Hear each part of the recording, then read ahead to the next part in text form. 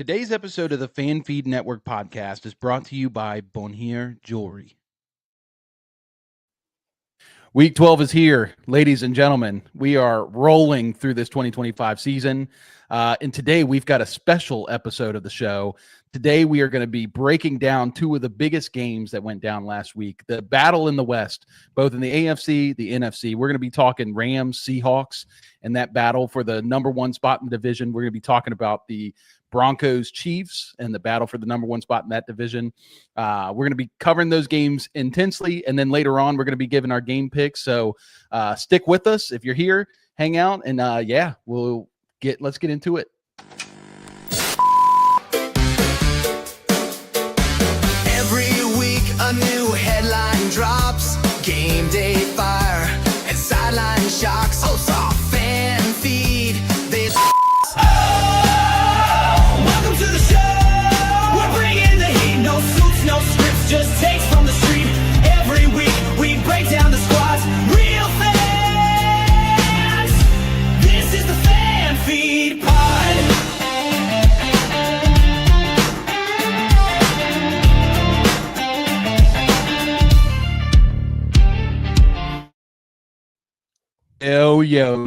Yo. What is going on, Trey? Hey, man. How are How's you? it going? Oh, man, I'm doing good. Better than you, apparently. Yeah, well, physically probably, yeah, but emotionally and football-wise, man, I'm on top of the moon right now. Excited for this episode in particular. But I've been sick for a couple of days, and I'll get through it. I feel good though. I feel good. I got I got throat lozenges, and I got my water right here, so we'll be all right. Yeah, we're gonna lock in today. This is why I had to quarantine away from you. Yeah, I don't get my family sick right before Thanksgiving, which is already next week. I cannot believe this year is flying by so fast. Yeah. Everybody say what up, Derp? What up, Derpy is back. Thanks for being here, buddy. So Trey, yes, sir. My wife and I are very into TV shows. Are you into TV shows? Yeah, for sure. All right. So have you heard about this new one, Pluribus? I've heard of it. I've never seen it. Is it good? Dog. Oh man. So it's so funny because for the longest time I didn't watch shows. And now that I've got like Netflix and stuff, I've caught up on a lot of shows that people talked about. Yeah. I like to binge shows, but I haven't really been able to catch these shows as they're starting to come out. Pluribus just came out. Only 3 episodes so far. I think the next episode comes out tomorrow.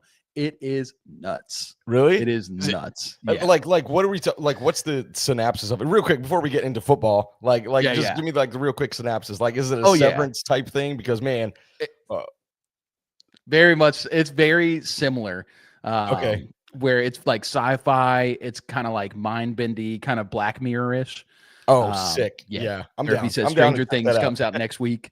Yeah. I've been trying to get my wife to watch Stranger Things with me. It's not a show that I'm like obsessed with, and I'm like, oh, I can't. I got to be there when it first comes out. Yeah. I really like the show though. But she won't watch it with me. It's too scary. But no. So this one, it's directed by Vince Gilligan, who directed Breaking Bad, Better Call Saul, which are 2 of my favorite shows of all time.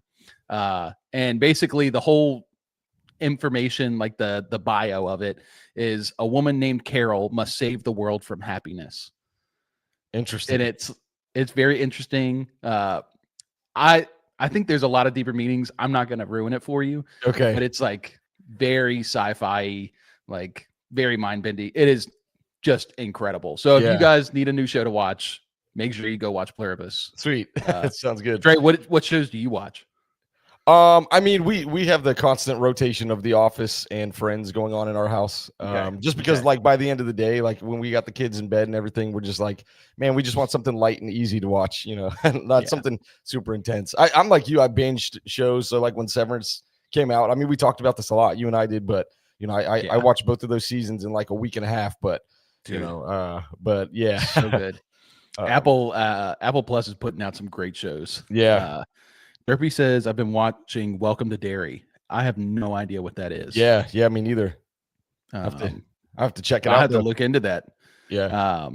All right. Well, let's get into some of this this football stuff. Let's not waste much time. Had a lot go on in week 11. We're going to hit some news and notes before we go into these games. Note number one, I've got Michael Penix Jr. out for the season. Yeah. Damage that left ACL. I believe it's the same one from college. And yeah, that's just terrible for the Falcons. Yeah, sucks. I mean, Caleb said though, right, at least on one of the podcasts, like he was almost hoping that Kirk would come in. That's his official hot take. Yeah, his official. Yeah, from the preseason, he was like, I think Kirk Cousins is going to come in and take the Falcons to the playoffs. He could. he's got his shot. We'll see what happens. I don't know. Sucks for Michael Penix. I was high on him, and I really wanted him to be a top 10 quarterback by the end of the season. But it doesn't seem like that's going to be the case. But yeah, sucks for Michael Penix. Just pray that he gets better, and next year comes out firing.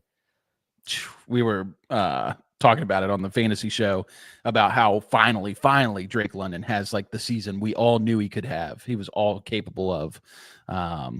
And then he loses Penix, and it's just like, oh, come on, man. This is just brutal. Yeah. Yeah, for Atlanta fans, at least you have the Bulldogs. Dude, it's so funny. I somehow on my Instagram reels, I've somehow ended in Falcon fan territory. Okay. And it is the funniest thing. They all hate Raheem Morris. They hate the offensive coordinator, Zach Robinson. That I can understand. I mean, hating Zach Robinson. I mean, their offense just looks anemic. But man, overall, I don't know about Raheem Morris. I don't know. From an outsider's perspective, I feel like he probably gets another year. I mean, that's what just to see if he can really build what he wants to build down there. But he really made some bold moves in the draft the last 2 years with, taking Penix and trading up this past year to get the additional pass rushers. And now that pick, their first, is projected a top 8 pick. The Rams have the number 8 pick in the 2026 draft because they traded away. Isn't that crazy? That's so crazy, man. Rams just stay winning.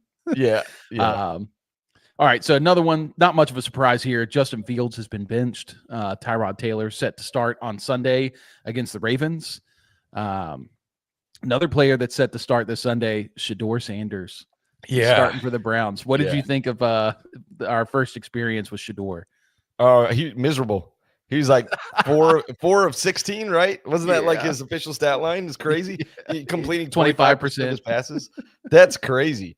It was really bad. I mean, I guess the only way up or the only way to go is up from here. So, I'm sure he'll look a little bit better, but yeah, dude, he looked terrible on Sunday, but yeah, we'll see. I don't think he's going to be, offensive player of the year. Like, one of our writers said at the, in the preseason, but no, we'll see. Definitely not. And, playing the Raiders this week. So definitely a softer team. But at the same time, it's like with what we saw, just very not good. Derpy says that's the great difference, an example between a bad organization and a good organization. Talking back about the Rams and Falcons, and you're 100% right. Yep. Les Snead, GM for the Rams, absolutely fleeced. The Rams just know how to run an organization. They know when to trade in the picks, and then they know when to save them. They've been rolling with the guys they've been drafting the last couple of years. And I forget the guy's name, but the guy who's now the GM for the Jags. Yep, I know who you're talking about. Like James Gladstone. Yeah. James Gladstone. He's doing the exact same thing. They have so many picks next year. Yeah. Who else has a bunch of picks is New England. They're like, it's crazy. They're like 9-2, and they've got like 10 or 11 picks next year. It's crazy, dude. They're in a good spot. Yeah, these teams that do this, it just makes you so jealous. Like the Steelers are only now starting to understand that the whole compensatory pick formula, and now they've got Derpy says Pittsburgh's got 12. Yeah, they've got 12 picks projected next year, depending on how some of these players play. It'll determine the value. We were looking at some thirds and fourths. Now I think it's going to be more fifths and sixths, but still plenty of picks to move around the draft board.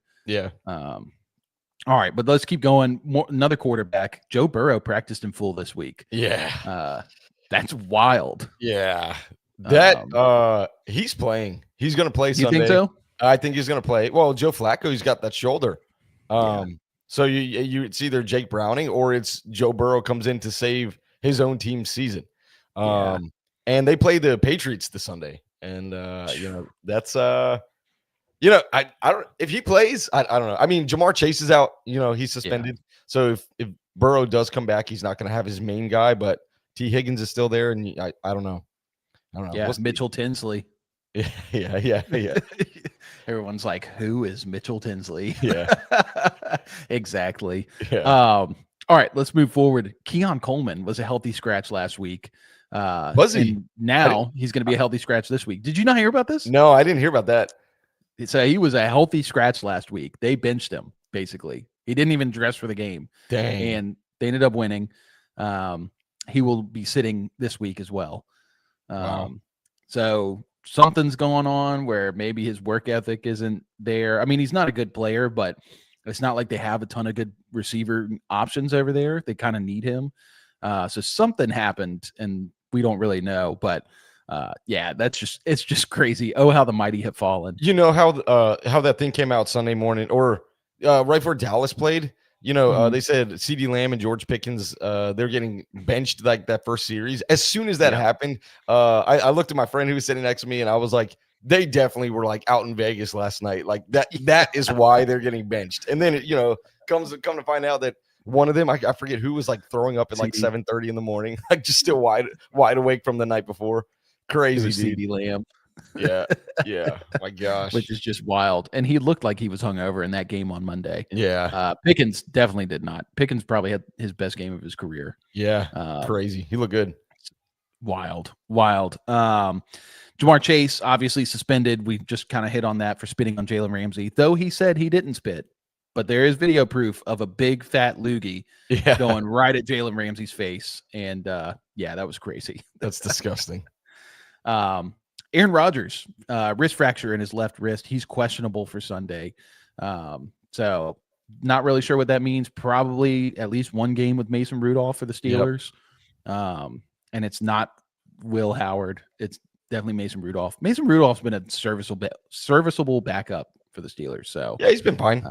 It feels like he's been there for like a decade. He went to Tennessee for the last 2 or 3 years. And he came back. Now he's back. Literally didn't know that. I had no idea that he left. He started a lot last year. Once Levis got hurt, he started for the Titans last year. Maybe like 6 to 8 games, something like that. Wow. He was okay. He was fine. But he's just not going to help you win.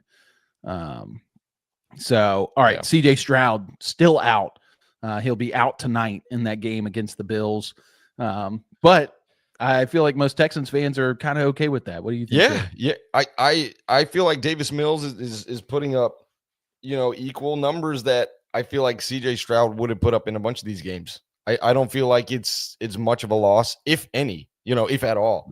I don't know. If I was a Texans fan, I wouldn't be too worried about it either. When he comes back, you want him to be healthy when he comes back. And obviously concussion is nothing to take for granted or just to, sweep under the rug. Like that's a really serious injury. Probably like one of the most serious injuries you could have. Oh, it's extremely serious. Yeah. I mean, I'm trying to remember who hit him, but that guy should probably be suspended from the NFL. Oh my gosh. What a clean hit. You're mad. There's a clean hit and he hit his head on the ground. That's honestly God's plan, because Nico Collins now has been balling out. He's been going crazy. So it's okay. God's plan. All right, last bit of news I've got here. Sweet. And this is not NFL news. It's college football news, but it's relevant. James Franklin, former Penn State head coach, has now become the head coach of the Virginia Tech Hokies. Do you know much about James Franklin? Nope. Okay. Franklin basically turned around the Penn State program, the entire program. I mean, they've been a competitor for the last couple years now. He got fired this year after a couple losses. So for him, he's like one of the better coaches in college. Mm-hmm. What's up, Sports Zone? My man Troy, he's back in here. What up, my dude? What's up, Sports Zone? How you feeling about your Giants on Sunday? But anyway, yeah, James Franklin coming to Virginia Tech. I mean, obviously, we were both in Virginia, so maybe we'll finally have a respectable college team. Which actually, I should preface that with the fact that James Madison, my alma mater, has an outside shot of making the college football playoffs. Yeah. That would be crazy. That would be nuts. Crazy. Yeah, that'd be crazy. Right now, they're getting screwed by the committee, but that just is what it is. So anyway, that's all I've got for notes. Did you have anything you wanted to add there, Trey? No. I'm just ready to talk about the Rams. I'm ready to talk about the Broncos. Ready to talk about the Seahawks and the Chiefs too, man. Like I think it's gonna be a fun show.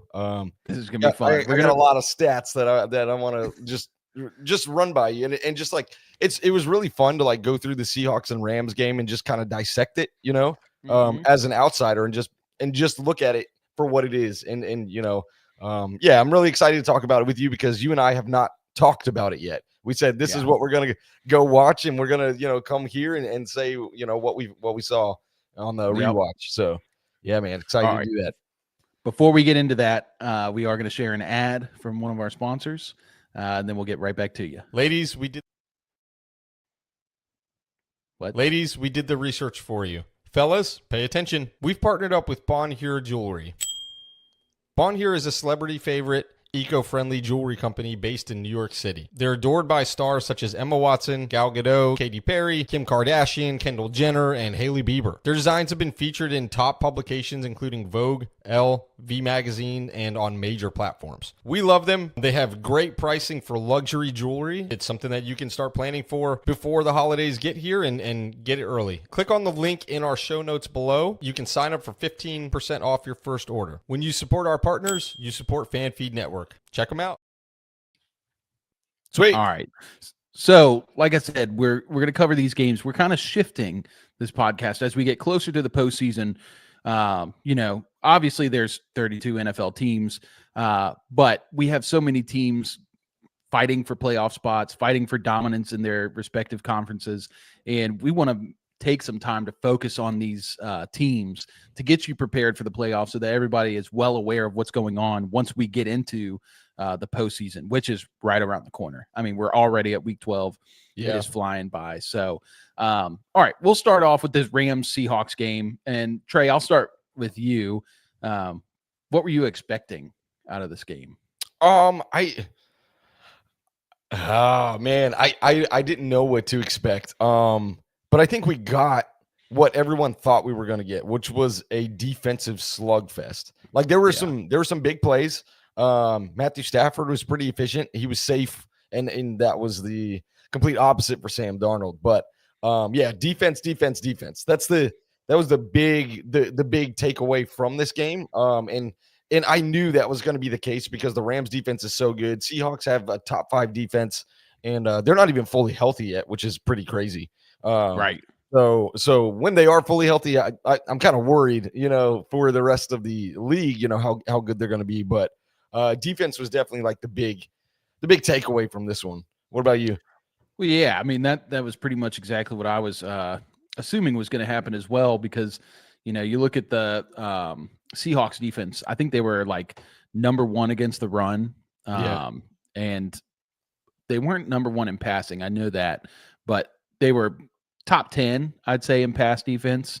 So, they were just dominant. But then you look over at the Rams side, and quietly, this Rams defense is putting together a heck of a season. Yeah. People like Cameron Kinchins, right? I didn't even know that guy's name. I didn't even know his name before Sunday. My gosh, he had a game, second year. He's a safety, I think. Second year defensive back. Man, he really showed out, but he's got like 48 tackles on this season or something like that. But some incredible defense. The Seahawks in particular, their defense was incredible, specifically in the red zone.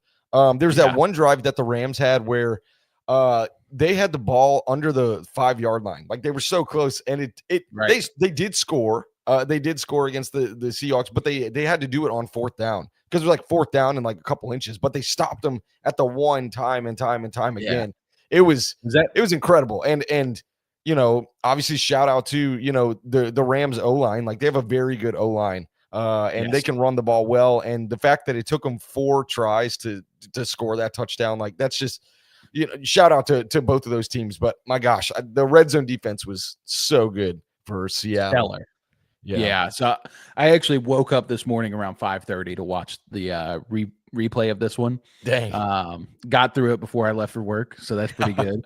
But yeah, that was definitely a big deal, was seeing the red zone defense, seeing the Seahawks, just they're so strong up front. Yeah. It's really incredible what they've done. Because if you remember, they traded off a lot of guys. They, moved a lot of players, and then they rebuilt this defense the way that Mike McDonald wants to build the defense. And it's incredible what they've done.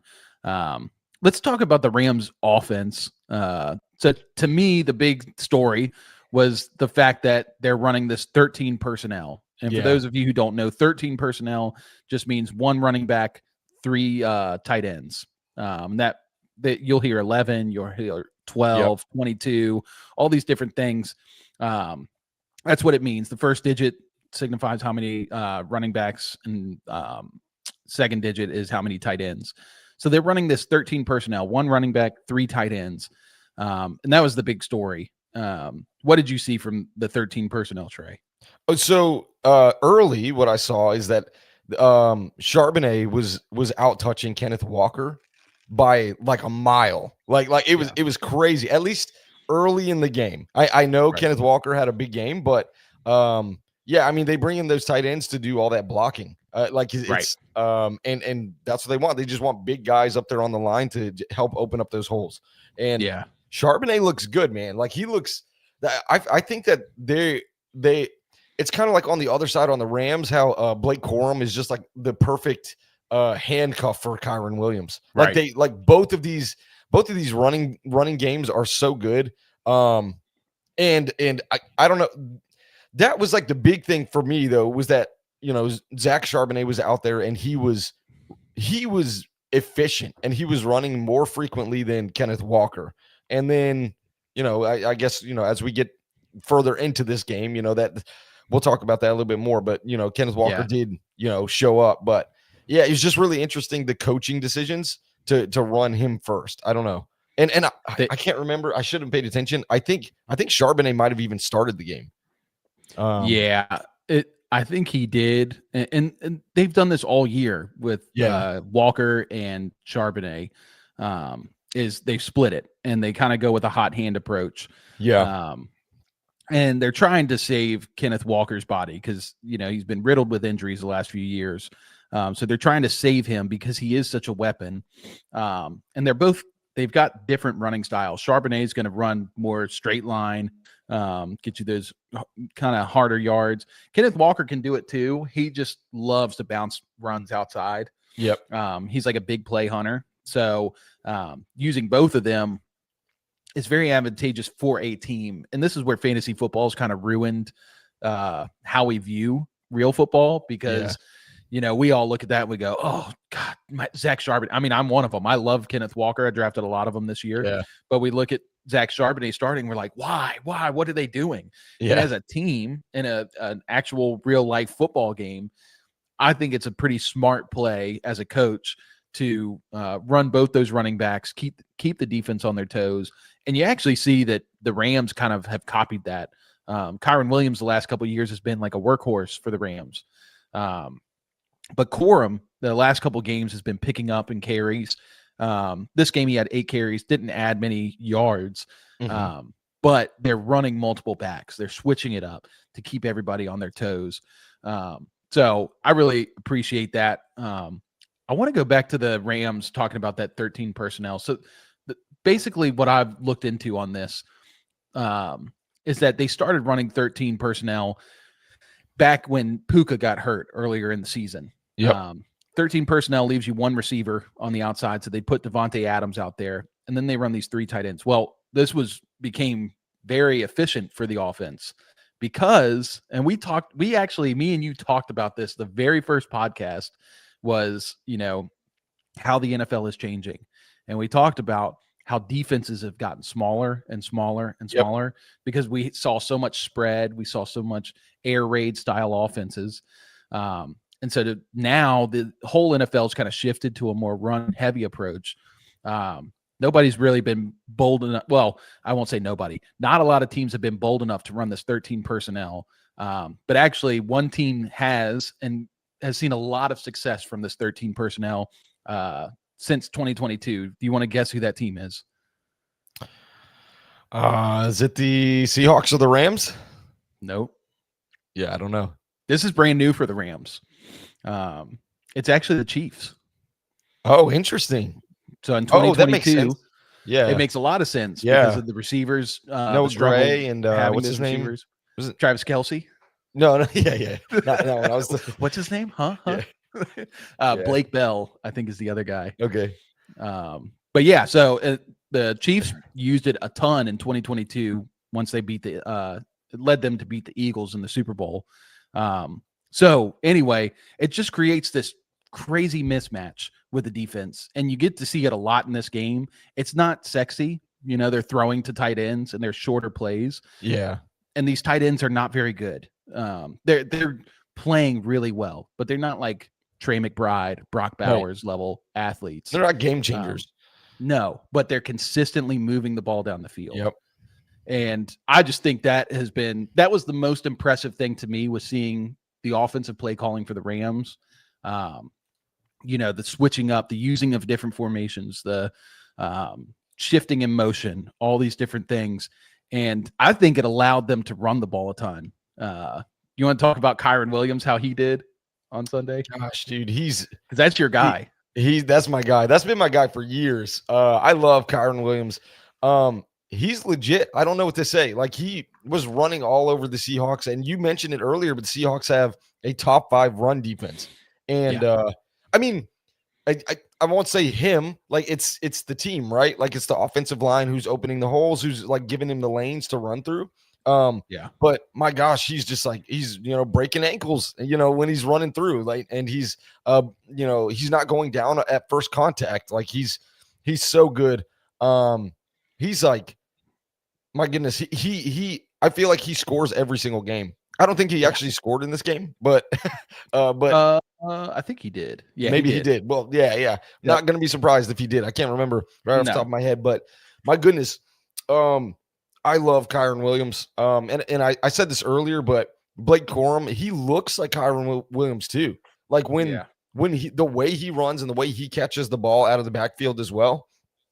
I mean, sometimes I'm like sitting there looking, and I'm like, okay, is that 22 or is that 23? I don't know, like who, because they just look so similar. And I just think Sean McVay has a perfect tandem of running backs over there. I just think they're incredibly effective against anybody they run against. Yeah, 100%. I mean, it opened up the run so much. I mean, if you saw the holes when you guys watch back on the game, if you look at the holes that were opened up for Kyren, he was averaging 7.6 yards per carry against the best run defense in the league. That is crazy. Is insane. He only ran the ball 12 times, and he had 91 yards. That's that's my guy. That was one of the biggest deciding factors for the team. And obviously the Rams O-line is great. I mean, they're playing very, very well. But it wasn't just O-line play. It was play calling. It was the 13 personnel. I'll give you an example of something I saw that just like shattered my brain. So they're running all this 13 personnel. So it looks like run every time they bring out the 13 personnel. So it opens up the pass if they want to do that. Then there was a 4th and 1. I think it was in the first or second quarter. It was 4th and 1 for the Rams. And they come out and 11 personnel. So 1 tight end, 1 running back, 3 receivers. So 4th and 1, you see all those receivers on the field. Seahawks are going, oh yeah, they're going to throw the ball. They run the ball with Kyren. Goes against all conventional wisdom. Kyren gets like a 20-yard gain. And sets them up in scoring position. I mean, Sean McVay, dude, where would you rank Sean McVay amongst head coaches? Like, if I saw a tweet earlier today. Okay. It was, if you had to pick, like, if you were rebuilding your favorite franchise and you had to pick a head coach, any head coach out of the NFL, who would you pick? is Sean McVay in your top 5? Yeah, he definitely is. Top 3? And I think that the hype has kind of worn off him a little bit. I mean, obviously when he first came out, youngest head coach ever, right? Like that's what, everyone knew him as. And then, he obviously took his team to the Super Bowl. Right. Yeah, incredible for him. I would say that he's a top 5 coach in the NFL currently. Yeah. Shanahan, I would put up there. Yep. Andy Reid is up there for sure. Yep. Brian Mike Daboll. Tomlin. I like how we both went for not serious ones. Yeah. But yeah, I mean, I don't think there's another coach in the NFL that I would want to coach the Steelers outside of McVay. Like, that would be so sick. But anyway, let's talk about the Seahawks a little bit more. Seahawks obviously surprised a ton, not just with their defense, but their offense. Offense has been incredibly efficient. Sam Darnold, everybody was doubting him. I was one of them. Doubting him after leaving Minnesota last year on a kind of a bitter note, lost in the playoffs, just kind of crumbled at the end. And then he comes to Seattle. A lot of people were fading him, and he's turned out to be just a great pickup for the Seahawks. And this offense has been electric. What did you see from Darnold in this game? Yeah, what did you see from Darnold in this game? So he had 2 really bad interceptions. Really bad. The first one was just a terrible read, just right to the defender, like no one else was there. Second one, I know he got hit as he was throwing the ball. Kind of his fault. I mean, he could have gotten it off earlier, but it is what it is. It's a bang play. Was that the one he threw to the tight end and the safety came down and picked it off? I think it was Kinchins. I thought that was the Yep. Because that I agree. That one he got hit, but he was also expecting the tight end to kind of cut a little harder, and the tight end just kind of ran a really round route and allowed the safety to come right down and get it. So that one's kind of like a toss up, I'd say. I'm with you. Right. That's what I'm saying is like that one wasn't necessarily. I mean, it is and it isn't his fault. Like he shouldn't have thrown that ball. Like maybe he should have tucked it and taken the sack. But third one was really bad. Like just right into double coverage. Like there was no chance that ball was getting there. Really bad throw. And then that fourth one was like that weird one where he jumped. Do you remember? He jumped and threw the ball and just right to another defender. And then I don't know if you saw this, but he almost threw a fifth one. Yeah, he did. Jared Verse came around the edge and then he hit his arm. And right when he hit him, my gosh, that ball was this close to getting, a 5 burger that day. Just crazy. And like you said, I think 2 of those were his fault. But there's this whole thing around Darnold, the seeing ghost thing. That he was seeing ghosts. And this happened with Minnesota last year. We remember when they played the Lions at the end of the season. And that was really like a division title match. And Darnold, I think he threw 3 or 4 interceptions in that game too. Yeah. He was really bad. And the whole storyline of him seeing ghosts was there. This game, I don't really think he was seeing ghosts. I think he was I think he made some bad decisions. I agree. But he came right back around and was charging down the field right after. Yeah. And that was really impressive to see, especially the final drive, which I don't want to get too much into the final drive just yet because I think there's still some other things we might want to hit before we get there. Yeah, there was that one dime throw that he threw to – I mean, this was more on JSN. You know the one I'm talking about? Like the left – the one-handed 27-yard catch on that sideline. Dude. Incredible throw and even better catch. Oh, my gosh. So insane. So I agree. Sam Darnold, he wasn't in his bag, but it's so weird to say this about somebody who threw almost 5 interceptions in a game, but he didn't play terribly. It's like you said, he made some really bad decisions at really bad times.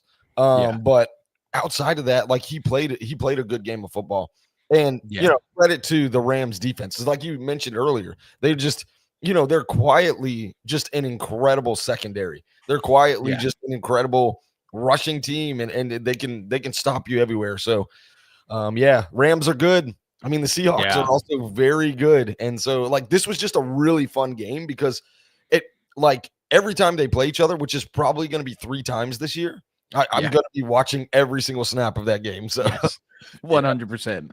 Yeah. And you were talking about the Rams defense because I want to hit on that a little bit. Sure. Obviously, the secondary, is the winner of this game. 4 interceptions. It's huge for them. But they would not have been able to do that. I mean, they're running Emmanuel Forbes. They're running Kinchins, Curl, a couple other guys. Well, these guys aren't like. Go ahead. Real quick on that, Emmanuel Forbes, he also had an incredible pass breakup in the end zone against Rashid Shaheed. Did you see that one?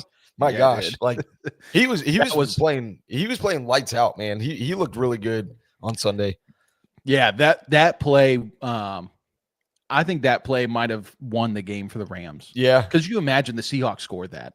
Yeah, because it was open and Darnold just barely underthrew it. It's really not even an overthrow. Emmanuel Forbes just makes a great play on the ball. Yeah, just a perfect pass defense.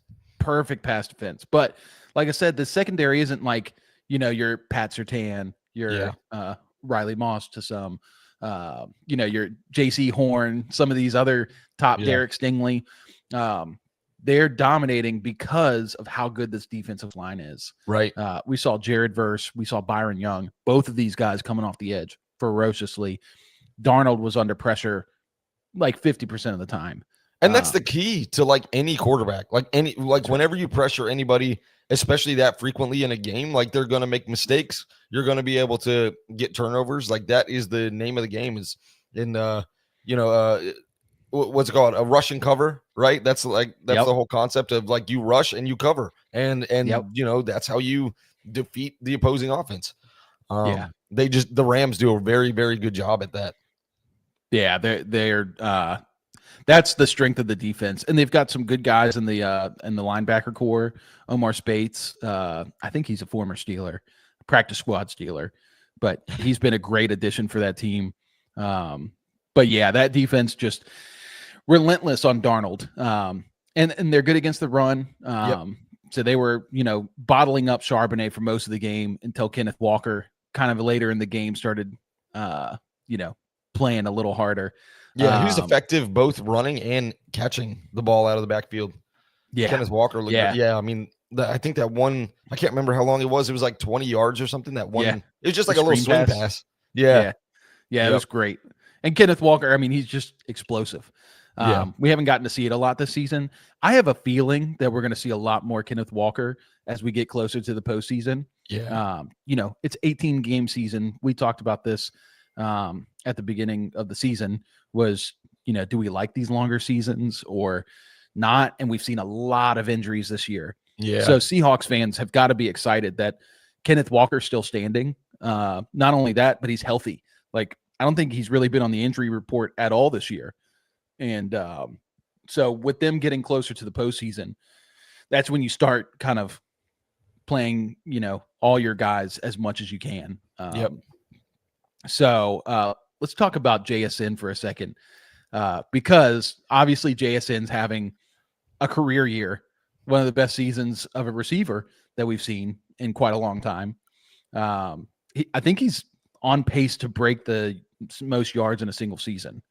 I think so. He's leading right. Well, I don't know. Was the record like 2,200 or like right there at that line somewhere? He's like 2,000, 2,100. But he's on pace for that, apparently. He currently has 1,041 yards. He's leading the NFL. But my gosh. He's incredible. Like he went from good to elite this year. Like he is an elite wide receiver. He was crucial on that potential game-winning drive. Like it was because of him that they were in position to even win. And that's the type of guy that you need, just somebody who can come in and make those clutch plays. Right. Yeah. I mean, 100%. Like you said, his rookie year was bad, really bad. Obviously there was coaching issues there and those coaches are long gone. So we saw him last year kind of break out. But it's not often that you see a guy break out twice. And if he breaks out twice, typically it's not back to back. It's, in the second season and then back again in maybe their fifth season. But he did it twice. He was a good receiver last year, played a lot out of the slot, which is kind of an easier role for a lot of receivers. And the concern with JSN was, can he play on the outside? Well, this year he has shown you he's dominant. Like you said, he's elite. I mean, he's up there. I don't even think it's crazy to list his name up top with Jamar Chase and Justin Jefferson. Yeah. I mean, the numbers would say that crazy. You're right. I mean, the numbers like would say that. I'm a little hesitant to put him there right now, like because those guys, they do it consistently year in, year out. So I mean, if he does this again next year, if he's at the same pace next year, I'm gonna be like, okay, yeah, he's top 3. Like he's one of those guys. But there was one play. Very good. There's one play I saw that he made in the first half that, most people are just going to be like, okay, whatever. But it was just a simple up and out, like an out route, a corner route. Yeah. And so he runs it and he breaks to go make the corner. And the guy who was covering him had about 5 yards behind him. So he had cushion. So he wasn't biting on the angle turn. So instead of just sticking with it and just running the route as it was, JSN turned back upfield, made contact with the defender, and then made his turn so that it actually did something for him. Yeah. And he ends up catching the ball on the sideline. It was like a 15-yard gain. It's stuff like that. It's little parts that you see him making these like conscious moves that elite wide receivers do. Yep. Non-elite receivers are just going to run their route. Yep. An elite receiver is going to get open. And that's a Justin Jefferson like special, is knowing how to get open. And that won't show up in the stat box. It will a little bit, but you won't see how often he was open throughout the game. And that's why I say I just think he's up there with the top 3, in the top 3 of the receivers right now. Puka could also be somebody that we put up there. Puka, incredible game in this one too. Little quieter because of the formations they were running, but So anyway, this game came really close. Rams were up for most of it. Seahawks come back, final drive. I mean, they had a minute left. Yep. Had a minute left from their own end zone, basically. And they drive it down. They get bailed out by a defensive pass interference. How did you feel about that DPI? Oh man, I don't know. I'm how I feel about a lot of these DPIs. And we'll get to a couple of them in a little bit. I don't know, man. I lean on more of the let them play unless it's egregious, especially in that scenario. I don't know. I'm a big defensive players have to be able to play football, right? Yeah. Corner is probably the second hardest job on the football field outside of quarterback.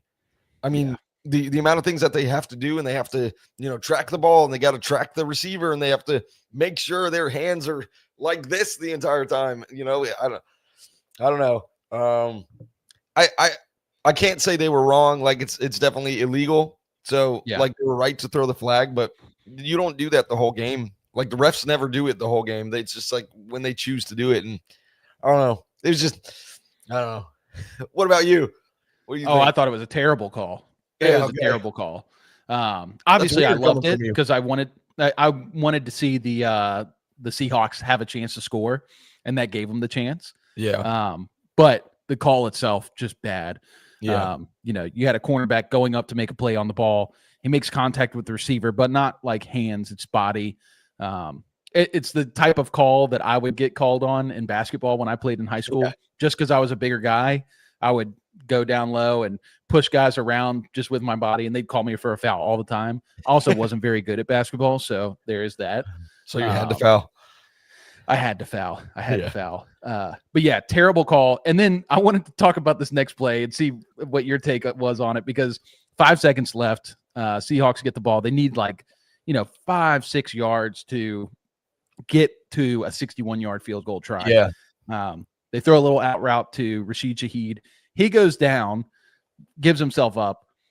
But did that feel like the longest 1 second of your life? Yeah, dude, it was. I was about to say, there's no way there was time left on the clock. There's no way. Insane. Yeah. I also wanted to see them have a shot at it, but when that happened, I was like, there's no way that was only 4 seconds. You guys are crazy. That was a 7-second play that just happened. Yeah, that was a really bad clock management. And I don't know the rule, like if a player gives himself up, like how much do you run off? You know, how much time should the clock run off? I wonder if like, I think I think he's down until he gets touched, right? Right. Yeah, But and the clock should continue to. So he went down, called the timeout, but I still feel like I don't know. That's the thing that doesn't make sense to me. How do you know he's giving himself up? Yeah, you know, because we could have plays like that where he goes down to give himself up, but then hops back up. Yeah, you know, and so like, where's the line? Maybe I'm misremembering, but isn't he also not allowed to call a timeout? Like, isn't the receiver not allowed to do that? I don't think so. Yeah, right. So like that's another I don't know. That's another weird thing. Yeah, so some weird things happen in this game. The refs were back to Puka definitely really quick. one. Like uncharacteristic of him, he had that fumble in the third quarter. Yeah, which is he's usually like concrete hands. Super like you put it in there, ball. it's stuck. Yeah. It was really weird to see that, but I think it was the last drive of the game. He had like that massive jet sweep. Which is dude, that one was awesome. It was such a good play call, like Sean McVay, and then just using the right personnel to get a big chunk. And of course, give it to Puka, give it to your main guy. He's awesome.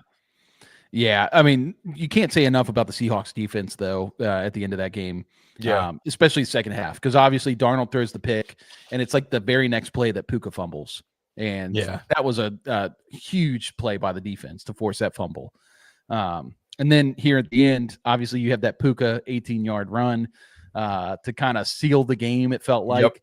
But the defense held them the next 3 downs, which they had to. They absolutely had to have it. They held them all 3 downs, gave the offense a chance to win the game. So, this was a great game. I think everybody should go back and watch this. Great game. Especially just like these offenses, the masterminds behind this, both Sean McVay and Clint Kubiak. Yep. Because Kubiak's doing stuff that Sean McVay's stealing as well.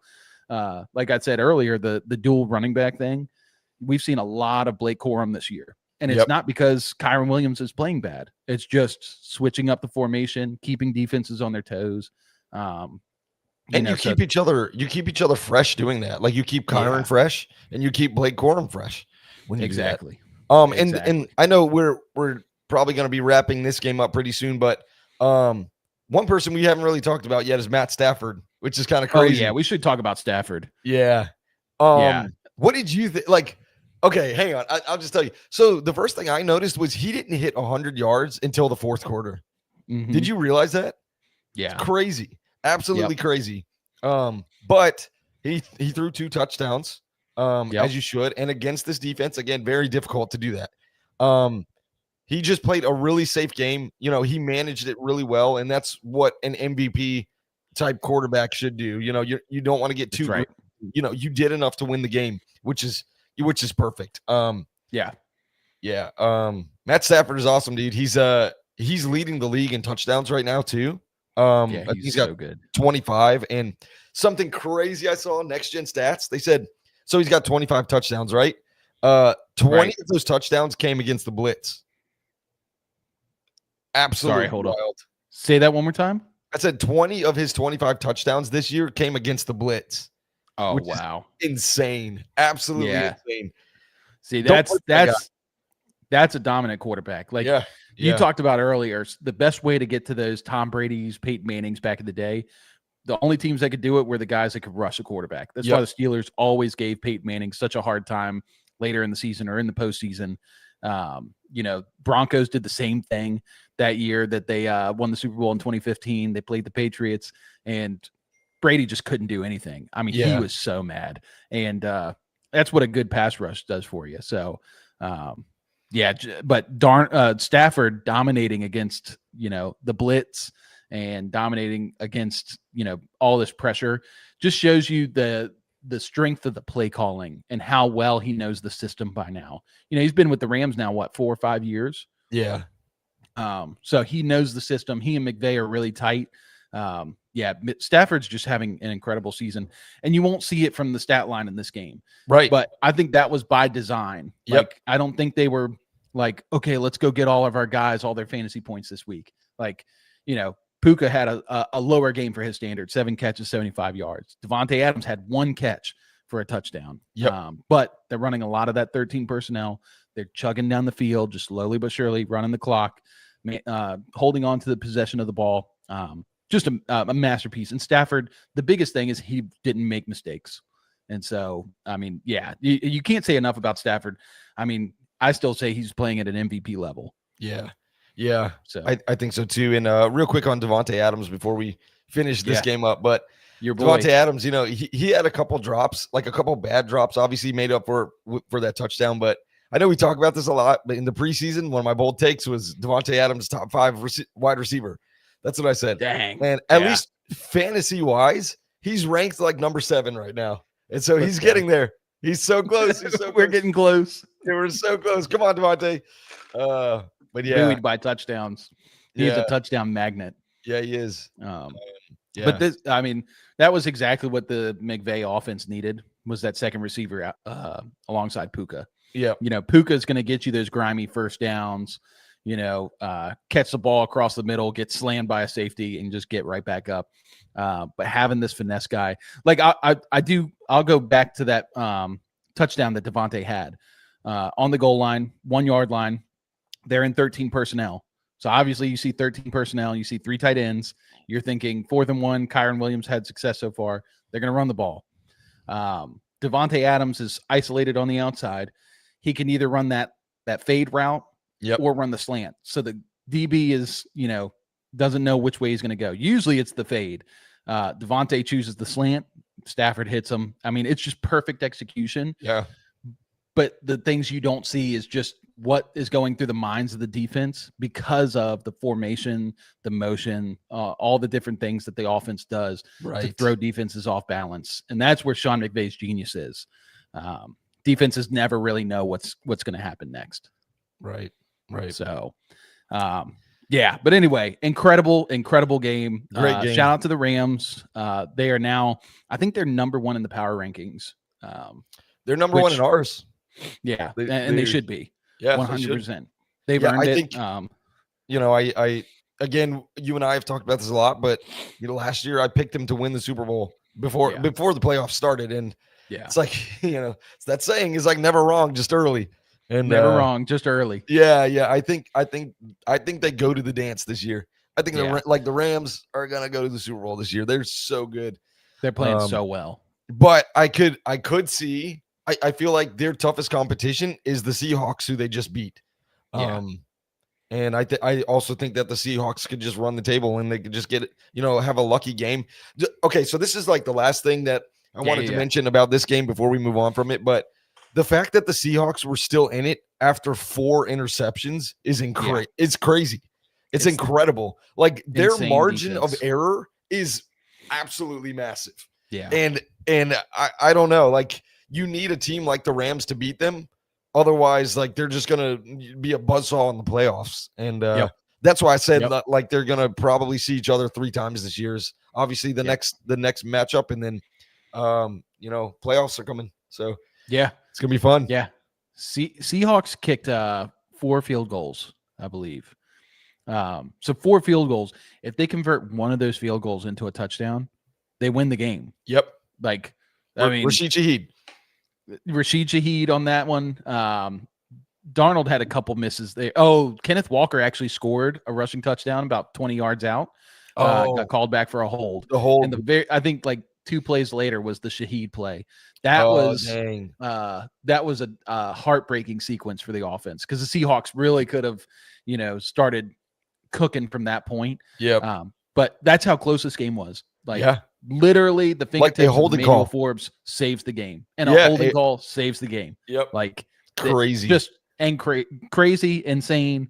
Shout out to both teams. Love the Seahawks. Love the Rams. It's not often that there's 2 teams that good in a conference that's not your favorite team's conference. Yeah. You're just like, oh yeah, I like both these teams. Yeah. All right, let's get into the big one. Chiefs take on the Broncos in Denver, Mile High. Yeah. Trey, do you want to prep us for this one? How big was this one for the Broncos? Oh, I mean, for Broncos fans, like, Okay, so it's a really interesting it's a really interesting feeling like heading into this game because you're going into this game and you're like, this isn't a must-win game for the Broncos. It is for the Chiefs. You know, like they have their backs up against the walls, but the Broncos do not. The Broncos have a very, very comfortable lead in the AFC West. And so it is in like, it was just a very strange feeling, like going in being like, okay, if they beat us, it's not the end of the world. But if we beat them, it is the end of the world for them. Like they're not winning the division. Like that, it's that simple. And so like heading into this game, it wasn't like nerve-wracking as much as it was like we want to put the nail in the coffin of the Chiefs. Like that's what it was. It's like we want to make it so they are worried about making the playoffs. And so also, okay, we're gonna talk about my boy. Do you know which one I'm talking? Which one I'm gonna reference? Which first? boy? Yeah, well, exactly. Before we talk about your boy, can I say something real quick? Yeah, I want to ask a question because prior to this game, Adam Schefter actually tweeted that those inside the Broncos camp were saying this was the most important game for them since the 2015 Super Bowl. Yeah, and I would in agree. A decade. I would agree. That's great. I mean, I would agree. It's because you're playing taking into the meme. The runner-up of the Super Bowl in 2024. You're taking down the winner of the last 8 divisions the last 8 years in the division. Like this is you basically saying, like what I just said. You know, you are basically saying the Chiefs are not winning the division this year if you win this game. So yeah, it was huge. And it's fun to see Travis Kelce on the sideline be pissed off, and it's fun to see Patrick Mahomes with his head held down low. And my gosh, I gotta obviously some. Obviously, as I don't know where I want to start with this. All right, hold on. Obviously, as a non-Broncos fan, I have to be the guy who poo-poos on your parade. I can't let you just enjoy this whole season. You got to hear some dirt. Sure. And so I just had to laugh that this was their Super Bowl. Just shows a team that hasn't won anything in 10 years. And the Super Bowl being against a Chiefs team that's been pretty bad so far this season. It is a big deal. I'm not saying it's not a big deal. But I just thought it was really funny to come out and say, for that to get leaked, that this was their Super Bowl. No, it wasn't. So I know what you're talking about because that wasn't coming from like the Broncos. Like that was coming from. Well, that's what I'm. That's what I'm wondering is if that was leaked by somebody else. That's not coming from Sean Payton. No, like Sean Payton's no. not telling the guys like, fellas, this here is our Super Bowl. Right. It was just so wild that Adam Schefter was reporting it. It's like Adam Schefter has so much more important stuff to do, like injury concerns. Like, can we figure out what the heck is going on with some of these injuries? Like Joe Mixon. Like we just found out about Joe Mixon today that he's not going to play. But I mean, Schefter, don't you have something better to do than post rumors from the rumor mill about this Broncos Chiefs game? Because I read that too, and I'm pretty sure he said it was like many in the media or something like that. It wasn't. Yeah. It wasn't like the team, like you said, it wasn't coming from Sean Payton. In fact, I heard the complete opposite. I heard that Sean Payton was telling his players, like, we're playing in way bigger games than this year. Like, this is nothing in comparison to what we're going to be playing in, which is, it's pretty awesome. Like, that's almost showing that Sean Payton is looking past the Chiefs, which is pretty insulting to them. We know he wasn't. I mean, this was a big game for them, but All right. So what were you going to ask me? What'd you say? We're going to talk about your boy. Yeah. You're wondering how you're going to phrase this. Are you talking about Riley? Sure. We can talk about Riley first. Either one. Which one do you want to talk about? Let's start with Riley. I don't know how many penalties he had on him, but over like 90 yards of penalty yards. Yeah. Yeah. So how did you feel about those calls? One of them was blatant DPI. He like blatant. And I was like, ooh, Riley can't do that. But that was the second one. The first one was absolute garbage. It was Which one was this? Remind me. The one where like he was like I don't remember the receiver, but he touched his jersey like this and like let go. Oh, like the riding one. Huh? They said he was riding him. The illegal contact penalty. Yeah.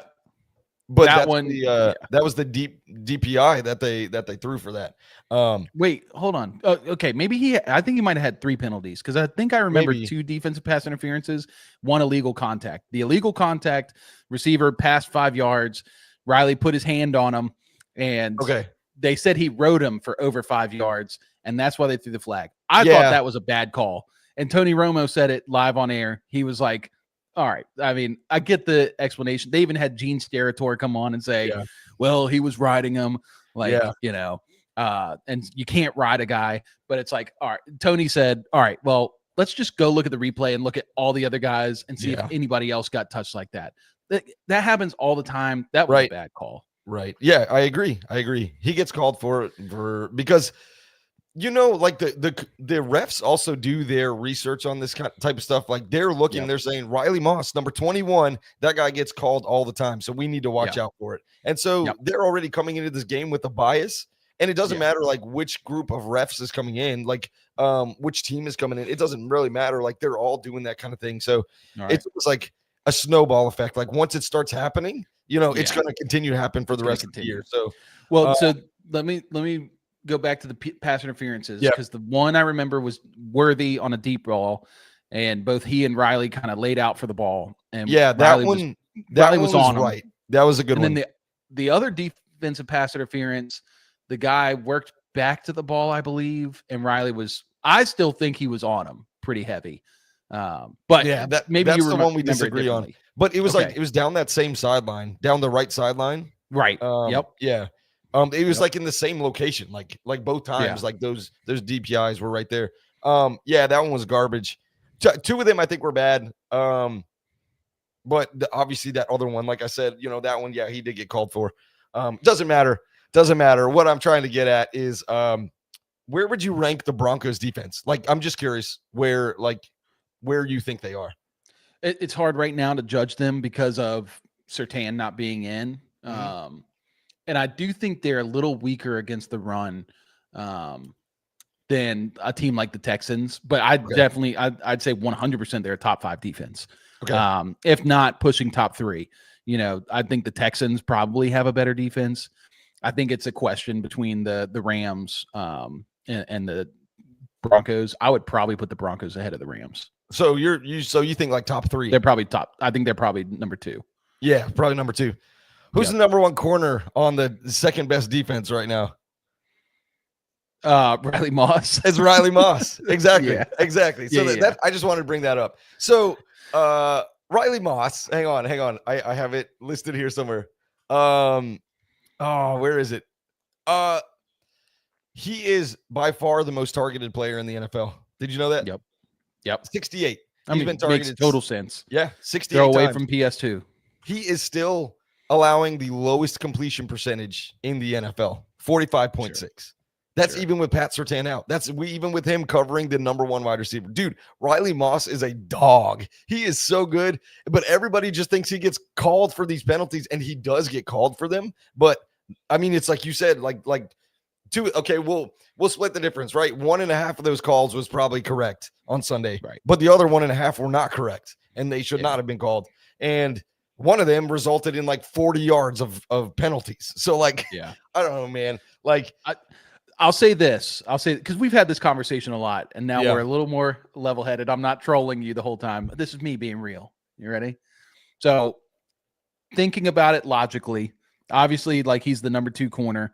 PS2's on the other side. PS2 is going to be taking your Jamar Chase, your, Stephon, all these number 1 receivers. Sure. So Riley Moss is already getting easier matchups. And maybe not always the easiest, right? Yeah. So like against the Chiefs, like maybe he's covering Worthy. I mean, obviously yesterday he's covering he's kind of moving all around the formation. Anyway, that's a factor I think that adds into that stat. I think I'm leading to the point that I think that stat is a little misleading. Not that he's bad. That's not the argument I'm trying to make. It's saying that he's he's got the best. What was the stat again? It's the lowest completion percentage against a corner in the NFL. In the NFL, right? So, I just think that stat is misleading.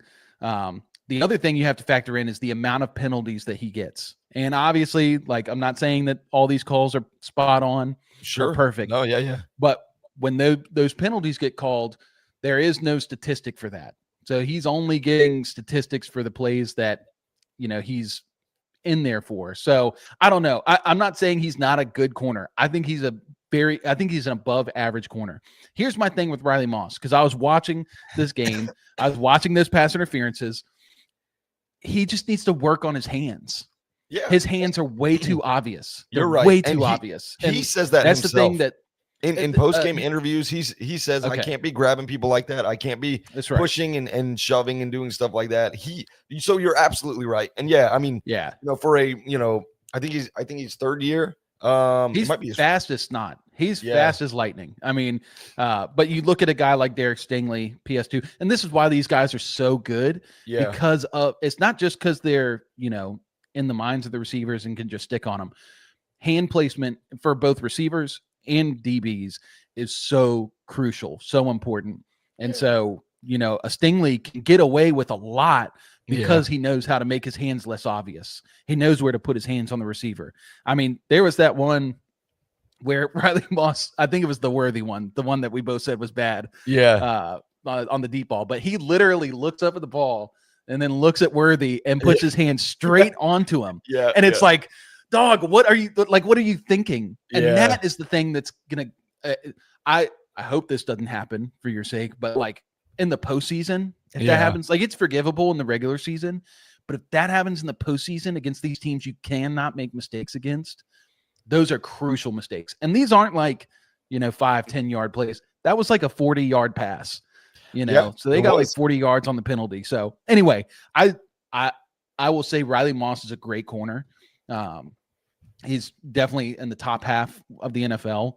Bad hand placement and these mistakes, he's got to change. And it doesn't matter if the refs are picking on him or not. Like you could say that all day, but he's got to change his game. Yeah. Last thing I'll say is, the Chiefs were extremely healthy. The only player they didn't have is Isaiah Pacheco, right? Yeah. That's the only player that wasn't not out there going on to add field. much. Right. Exactly. Exactly. So they have Rashee Rice. They had Xavier Worthy. Do you know what their totals were for the game? Rashi was bad. Rashi was like 5 for 30, 5 for 40. Worthy, I think, had 3 catches. Yep. They exactly. were, I mean, I'm they just were saying, really bad. I'm just saying, Riley Moss is on the number 1 corner or the number 1 receiver. That's all I'm saying. Well, and that's why I say he moved around a lot. And it's true. It's a function of the Chiefs' offense. Yeah. Because they have so many of these speedsters. They had Jahdae Barron covering Rashee Rice at times. Yep. That other guy. Okay, who is this guy? Jaquan McMillan. Oh, dude. You don't know Jaquan? Jaquan is a sick. Dog. Okay, that guy's a dog. Yeah, he's our starting slot. He's been they drafted Jahdae, obviously this year. Yep. And I think a lot of us fans were like, okay, that's the end of Jaquan, but it sucks because he's been so productive for us. Like he is a turnover machine. And obviously he was the one that got the pick. Yeah, he got the pick. Yep. They stole one. They stole a pick 6 from Jahdae Barron. His first interception, they stole a pick 6 off of Patrick Mahomes, and they threw some bogus flag for it. Gosh, that's so annoying. Which always happens to Patrick Mahomes. That always happens whenever he throws. Pat just wanted to throw an interception so bad. He threw that one, and then obviously they call it back. But then just a few plays later, down in the red zone, there's that pick. Same and drive. Mahomes just always has to throw one pick. It's so like abysmal. Yeah, and and it's interesting. Like when he's throwing these, like I think he has 3 red zone interceptions this year. He had one against us, obviously. He had one against the Jags, 99-yarder. And that was a game changer. All these interceptions are like the reasons they lost. Yeah, and that's what I was going to get to. Like when we get to Bo, that's what I was going to get to is that like Patrick Mahomes lost this game. Anyways, we'll get there. We'll get there. Well, let's talk on some of the Chiefs stuff real quick. So let's talk about their offense because obviously the offense was kind of a mess. It's carrying over from last year. And it's so frustrating because that first drive the Chiefs had, they beat y'all both times. on the deep ball. Both times the guys had steps. Yeah. One time, Xavier Worthy beat Jade Barron. Yeah, he beat him bad. Tyquan Thornton.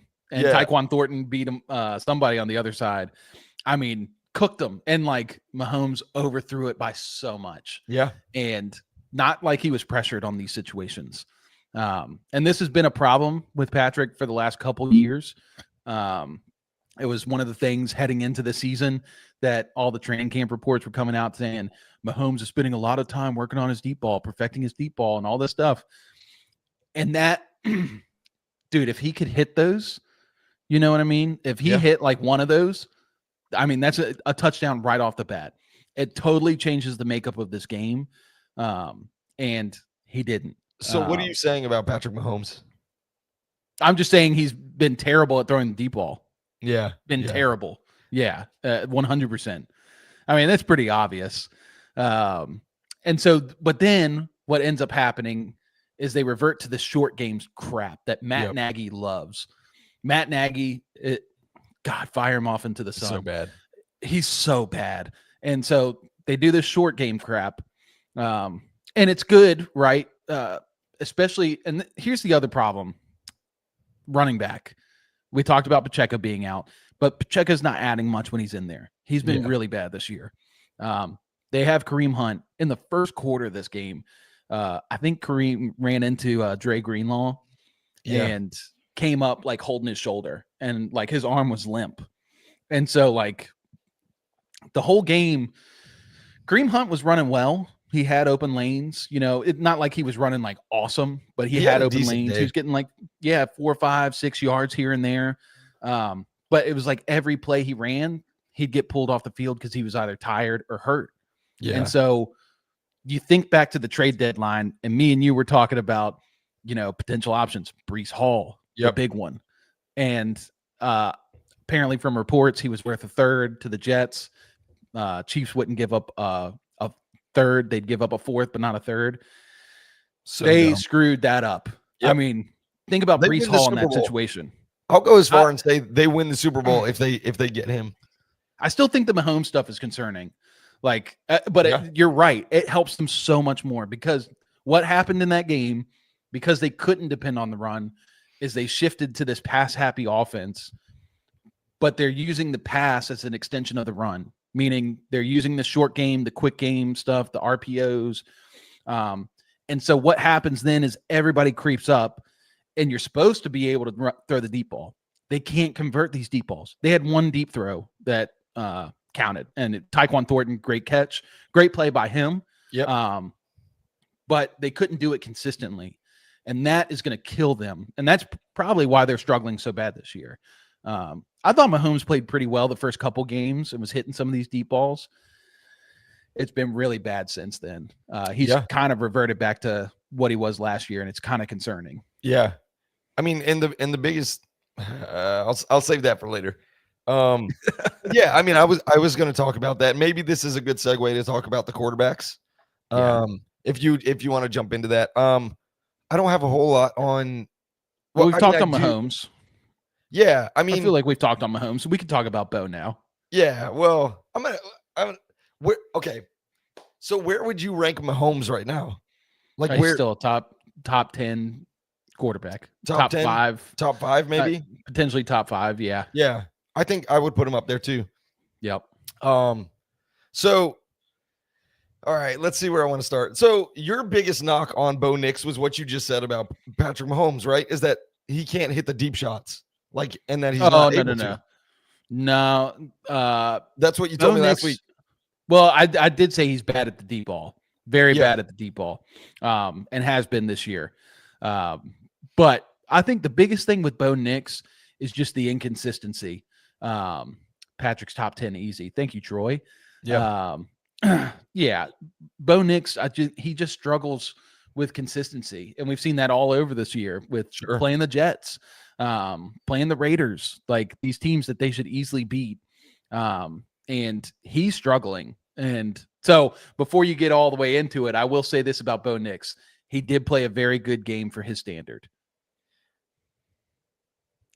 Just let me know when I can go. Go ahead, baby. Go ahead. Hit me with your stats. Yes, he played. Troy, I'm going to need your help, Troy. Okay. Hey, no, he is a top 10 quarterback. Patrick Mahomes is a top 10 quarterback. No. We're talking about Bo Nix now. Oh, let's go. Okay.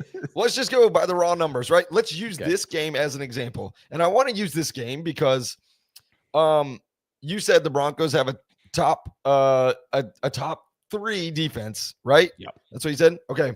So in this matchup, by the numbers, the Denver is actually 4th in defense this year. Do you know where Kansas City is? 10th. I 3rd. say right around there. They're 3rd in defense. Third overall defense this year. That I find that hard to believe because they have been. That's fine. That's Who's fine. their schedule?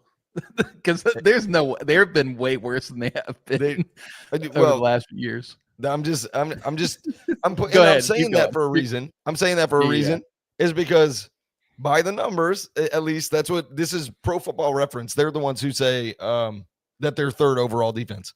Okay. So let's just go really quick. So I just want to touch on the deep ball really quick. Deep ball is defined as any pass that's 20 or more yards down the field. Okay? Right. That's what it is. You already mentioned it. Patrick Mahomes, he completed 1 for 61 yards, right to Tyquan Thornton. Great catch, great throw. He threw 6. That was it. That was it. He was 1 for 6 for 61 yards and a pick. Yeah. Bo Nix was 6 for 11 for 171 yards, including the 32-yard completion to Troy Franklin that set up the game-winning field goal. Sealed the game. Yeah, that clutch throw. That was the best throw of his career. Oh, my gosh, the way he threw him open, like that back shoulder. Oh, my gosh.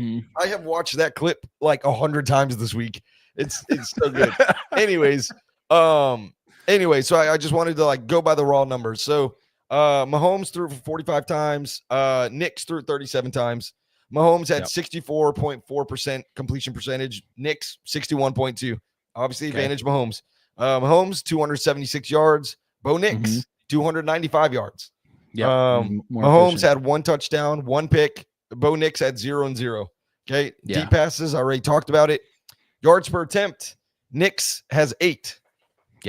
Mahomes has 6.1. Passer rating. Bo Nix 89.4. Patrick Mahomes 79.5. These are the raw numbers based off of the game. Obviously, they're well, I don't know if you know this, but their passer rating, it usually drops a little bit if you get to like 15 or 16 passes and you don't have a touchdown, because it's however they do that. It's like whatever they drop you down a little bit because they're like at this point you should probably have a touchdown already. Right. Anyways, so I just want to do that because that is in the same, like, again, we're talking about like the third ranked defense and the 4th ranked defense. Now, I want to go back to the lone matchup that they had last year as well, because I think this is important. Okay. Because if you remember, Kansas City sat all their starters in the second matchup at the end of the season. So this was week 10, I think, of last year. Mahomes 28 of 42. Bo Nix 22 of 30. Completion percentage. Bo Nix 73.3. Mahomes 66.7. Mahomes 266 yards. Bo Nix at 215. Bo Nix had 2 touchdowns to Mahomes 1 touchdown. No picks for either one. Deep passes. Here we go again. 20 plus yards down the field. Bo Nix was 1 of 3 for 34 yards. That's what he hit. So a single 34-yard completion. Patrick Mahomes 0 completions on the deep pass in that game. Yards per attempt. Bo Nix 7.2. Patrick Mahomes 6.3. Passer rating. Patrick Mahomes 92. Bo Nix 115.3. Okay, and I just bring all that up because at that time, Kansas City had the 4th ranked defense and the Broncos had the 3rd ranked defense. Okay. And I'm bringing all this up because just to show how similar these teams are. And in both meetings, Bo Nix has been outplaying Patrick Mahomes against a very similar defense. And I just want to bring all of that up because in pretty much every statistical category, Bo Nix is outplaying your top 5 quarterback. And you're sitting here saying that Bo Nix is not good. Well, so here's the thing. Here's the difference. Knicks top 12, top 15. You know, if Bo Nix played like this game consistently, I'd have no problem ranking him top 8, top 6, top 5 even. Sure. This game's definitely an outlier. I think they prep for this one a lot. But here's my biggest thing, because we've seen Mahomes do this for a longer period of time. We've seen how dominant he can be. Sure. And we've seen what a shell of an offense this has been for the last 3 years. And 3 years ago, the little guy named Matt Nagy showed up in Kansas City. Now, I'm not saying that's all the problems, because that's not fair to him. And Mahomes has definitely struggled. That game last year, the 16-14 win, obviously because the Chiefs blocked that field goal, such a bad. I mean, literally everything's turned, because the Broncos now are the team winning all the last minute scores. Last year it was the Chiefs, and now they are losing all the last minute scoring games. Yeah. And you want to know, last year they were 12-0 in one score games. This year they're 0-5. Yeah, exactly. 0-5. So everything's flipped.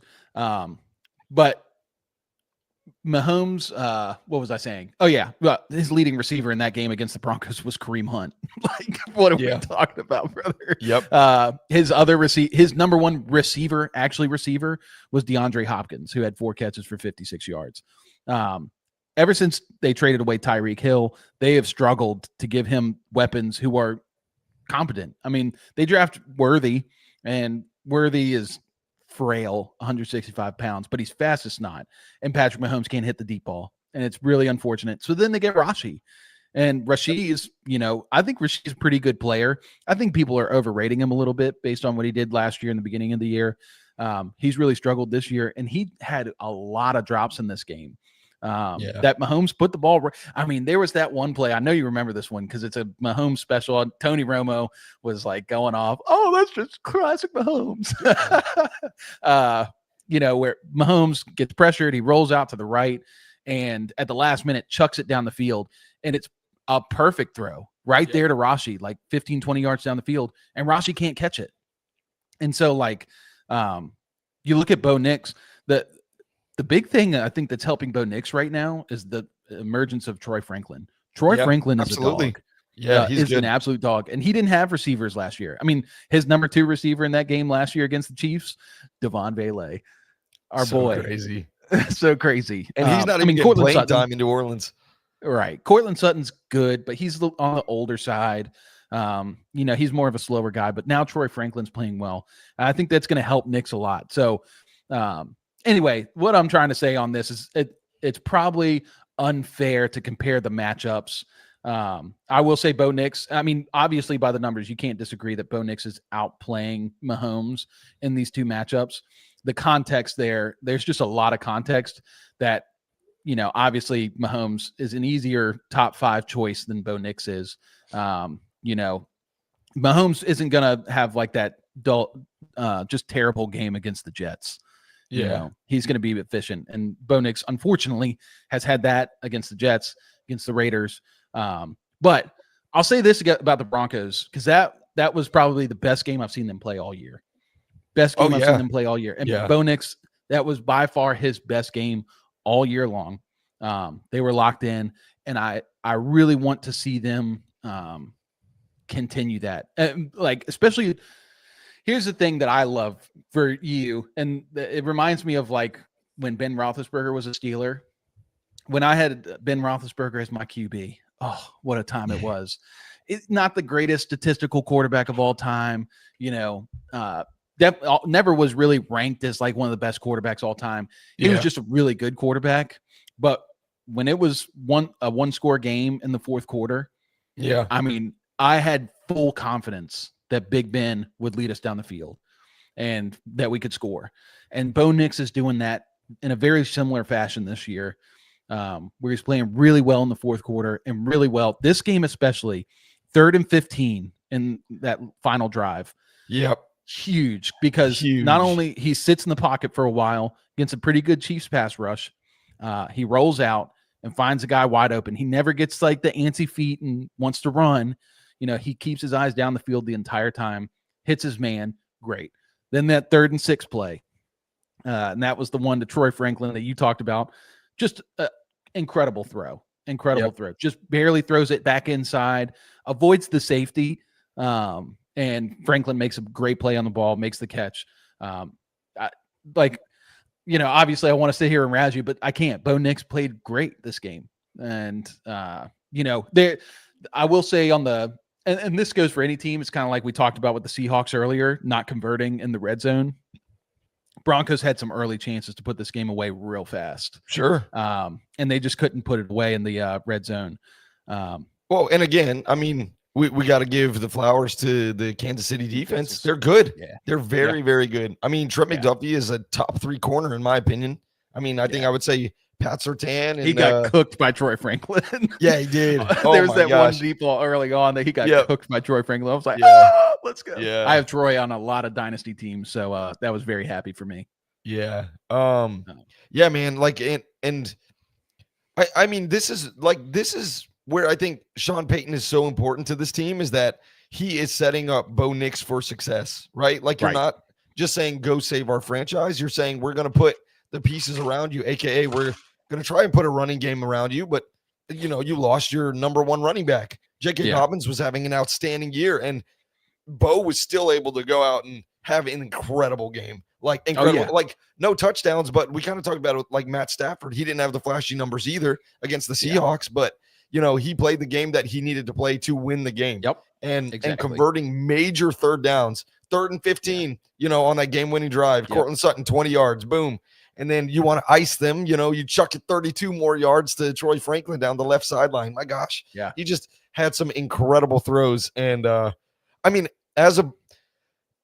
not just as a Broncos fan, but like to see like young quarterbacks coming in and starting to do this type of stuff, it's really exciting for football in general. It is. Like watching Drake May do this in New England. I'm like, oh my gosh, this is crazy. Like, these can turn into some brand new rivalries that we didn't have. And, maybe the old guard, the Josh Allen and Lamar Jackson, Patrick Mahomes, maybe they're not as good as they, well, say that after Josh Allen scored 6 touchdowns. But regardless, you're right. I mean, just to it's see exciting. Yeah, it's so exciting, and especially because obviously at the beginning of the season I was talking about the sophomore slump thing, and we've seen the sophomore slump affect a lot of these quarterbacks. I mean, CJ Stroud has been just buried. He's still in his sophomore seasons, and he's in his 3rd season now. He's still in the sophomore season. Like, that's how deep the slump is going. It's the sophomore slump that never ends. But this was a game where you did see Bo Nix kind of elevate his game. And you got to give him his flowers, and it's good for the NFL. I did my research. I listened to a Broncos pod. They were talking about the game, but apparently there was fans and people calling for Bo Nix to be benched, for Jarrett Stidham to come. What? Yeah, and I'm sure like some degenerates out there, like they don't know what they're watching. I've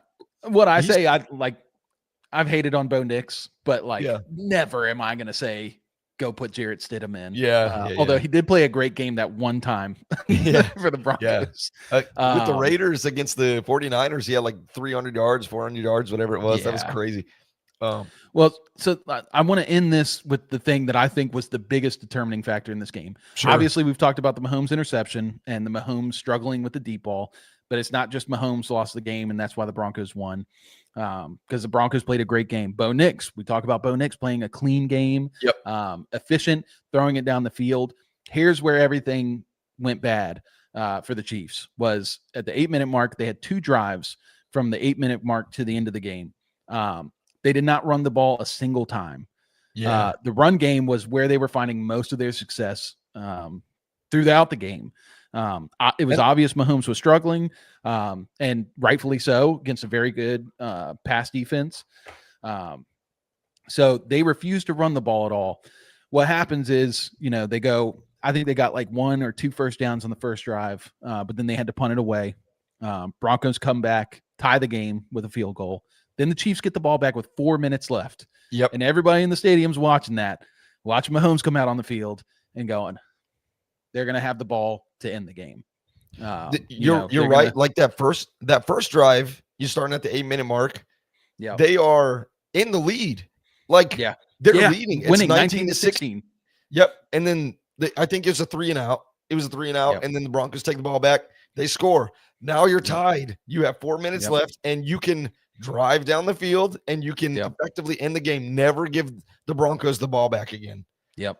But and they didn't. They go and throw the ball 3 straight times like they're losing. Yep. When the game is tied, but they're playing like they're losing. And that just shows the mental state that they were in, and the play calling was in, is that they felt behind this whole game, even though at 8 minutes, they've got the lead. There's no rush. Like, run Kareem Hunt. Bring in Brashard Smith. Let him run a couple. Do a couple, reverse plays. Do all these other things. They didn't. And I did look it up. Kareem Hunt, he was running well, 4.5 yards per carry. I don't know why you don't just run that more. Like, that's good enough. That's plenty good enough. And like I said, I think he was struggling with injury. I mean, it was like every play. If you watch that game back, every time he got hit, he just laid out. But like you could see his mind just rolling. Like, why did I say I'd do this another year? But Sean Payton, on the other hand, and this is where the strength of Sean Payton comes in. That right after the 8-minute mark, when the Chiefs punt the ball away, they're not just gunning it down the field, playing like they're from behind. They're running the ball. They're, kind of dink and dunking. They're getting the chunk plays, though. They're throwing across the middle. They're hitting Troy Franklin. They're hitting Cortland Sutton and moving down the field. They get the field goal. The 4-minute mark hits. That's when Mahomes gets the ball 3 straight. Then a 3 and out. Broncos get the ball right at their own 40. So they're in a good spot, and they run the ball. Yep. And they don't have Dobbins, but they're running the ball. They're running with Harvey. They're running with McLaughlin. They're throwing the ball too, but they're mixing it up, and they're not in a rush. They're not, speeding up the plays. They're, coming to the line. They're not running the clock all the way down, but they're coming to the line. Then they're calling the play. There's no rush. They're just cool. And that, to me, Andy Reid lost this game for the Chiefs just as much as Mahomes did. And that's with the play calling in that fourth quarter. And Sean Payton. I was going to go to that too, and I was just going to say that Sean Payton outcoached Andy Reid. Like he dog walked him, man. Like he just in every facet the Broncos were better. Special teams. We didn't even talk about Marvin Mims' 70-yard return yet. Like early in the first quarter, like that. That flips the field for them. Changes the whole game. Which, by the way, I did see that he was the fastest ball carrier that week. Oh, was he? Yeah, that doesn't surprise me one bit. 5 miles per hour or something. It was crazy. He's so fast. Will Lutz, 5 for 5. And the game-winning kick was not even the most important one. It was the one before that. With the 54 yards, like just perfect. Right down the middle. Just right down the middle of there. And my gosh. And then I don't know if you realize this, the kick that was blocked last year, 35 yards. Same place. Yep, 35 yards. Winner. Yep, kick this year, 35 yards. So crazy. So crazy.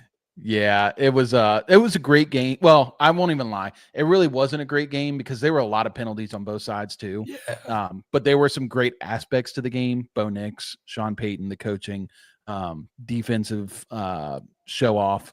But great game for the Broncos. They a game that really makes them feel comfortable. But hopefully not complacent, and I don't think it will. Right. I think Sean Payton's ready for what's up and coming. They have a chance to be the number 1 team in the AFC. Wow, the 2010s are calling. They are right now. They're tied with the Patriots.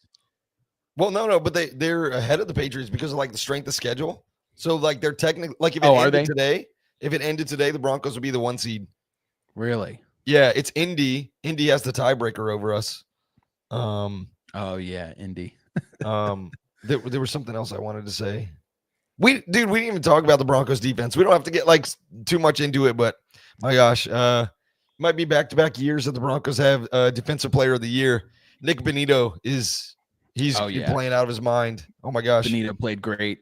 Cooper played great. There were multiple plays. Tony Romo actually said that Cooper has the fastest get off.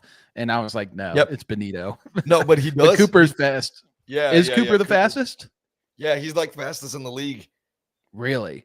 It's so crazy.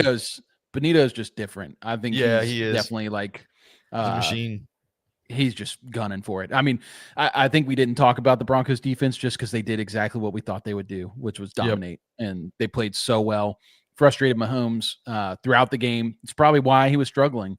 Obviously the confidence goes low when he missed those deep shots, But then after that, like, he's under pressure, he's under duress. They're covering everybody really well. Broncos defense just played extremely, extremely good football. Yeah. So, all right. Well, that's all we got for that. So this was fun. I like this. It was good, man. Yeah. Let us know in the comments, you guys who are watching, if you enjoy this style, this way of doing things. We would like to do more of this, especially as we're getting closer to the postseason, like we said, to cover some of these really good teams. Random, but keep pounding, boys. Yeah, Let's go, Kendrick. Carolina Panthers.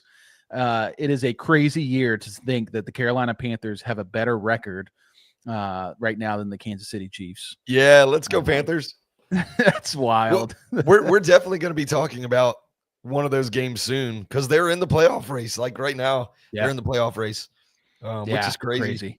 Crazy. One last thing that I'll say about the Chiefs, they have such an uphill battle. Do you know every single team in front of them that's in the playoffs has a win over them right now? They all have a tiebreaker. It's the Bills, the Jags, play the Colts Chargers this week. Yeah, right. Yeah, right. They got to play the Colts this week, and that's that's a tough task. We'll see if they can hold Jonathan Taylor. Chiefs. I mean, they're in serious danger. I listened to a Chiefs podcast today too, and those guys were they're like, fire Andy Reid. Yeah. Which is insane. I mean, as much as we give crap to the Chiefs, Andy Reid is a good coach. But I will say this is like what he did in Philadelphia when he was there. They had a lot of success early on, and then like just really conservative play calling. Like they kind of went into a shell, and they never could win the big game. I mean, they finally won the division championship. They go to the Super Bowl. They lose to the Patriots in the Super Bowl. I don't know. Maybe it is Reid's time. I think it's a little too early to say all that. Yeah, same here. All right, so let's go into these Week 12 games. Trey, we've got to make our picks. Man, I knew I forgot something. I forgot to look at our records from last week. Dang. Well, you picked the Chiefs, so I'm at least I did pick the Chiefs. You did have me in that one. I could pull it up really quick.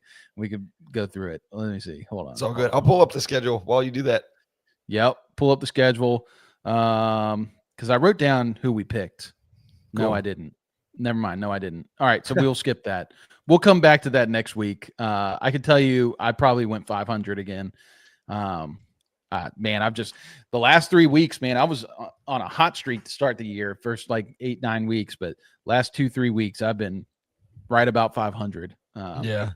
All right. So let's talk about this game tonight. Bills in Houston playing the Texans. Davis Mills leading the Texans. Who you got in this one, Trey? Before last Sunday, I probably would have picked the Texans, but Josh Allen dropping 6 touchdowns really changes a man. So I'm gonna take the Bills.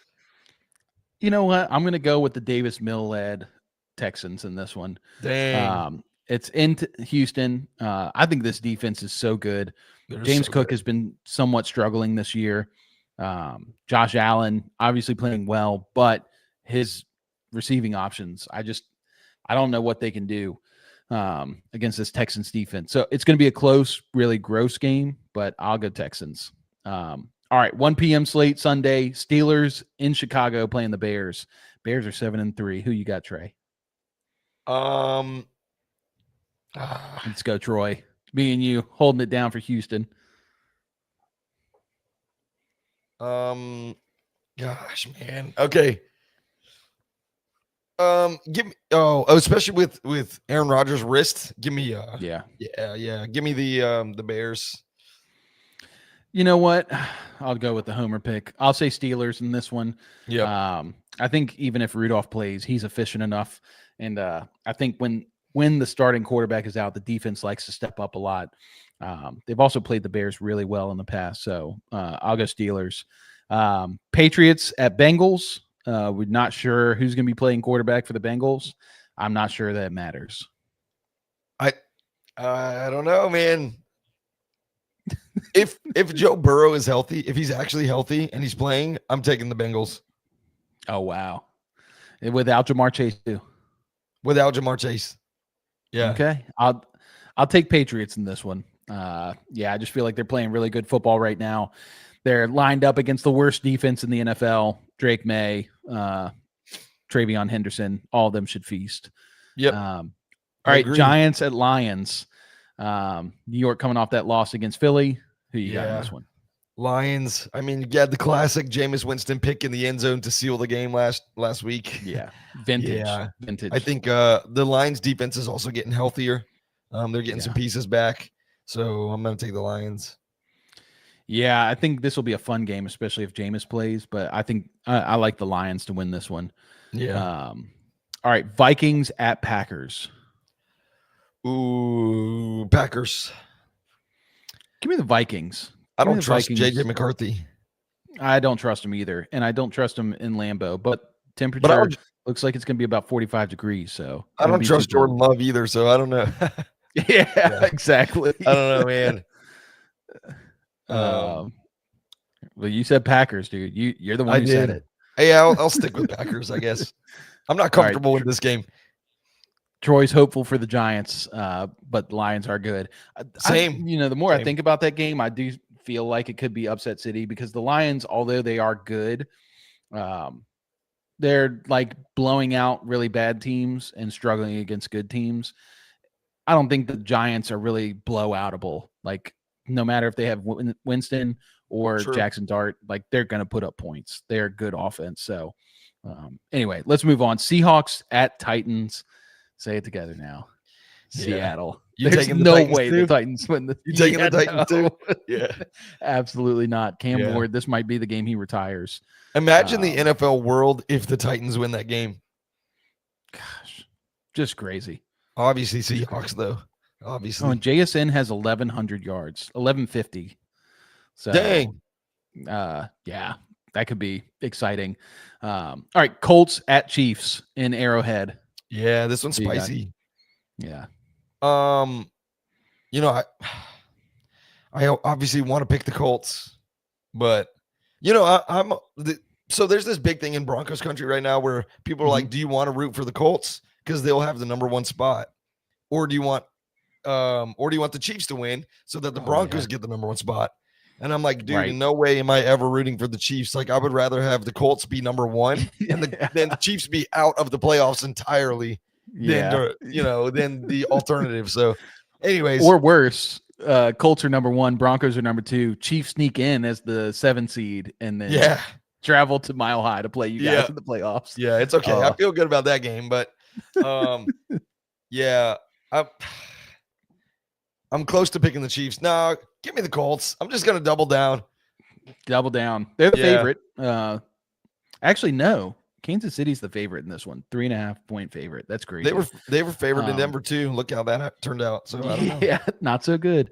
I'll go with Kansas City. Backs against the wall. Just lost to a division rival. Coming back home.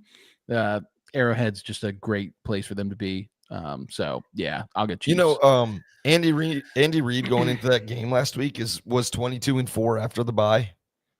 Oh yeah, I saw that he was also like super good on the road and super good against the Broncos historically. Like, they were in a post-bye road game. They're 3-0, and in the Mahomes era, they're 6-1 after a bye. Yeah. Now they're 6-2 and 3-1 and 22-5. So take that. All right, Jets travel to Baltimore to take on the Ravens. Tyrod Taylor starting. Yeah, Baltimore, no discussion. No discussion. Here's a real stink fest that could be a fun game. Browns versus the Raiders. Who you got? Ooh, Browns easy though. Easy.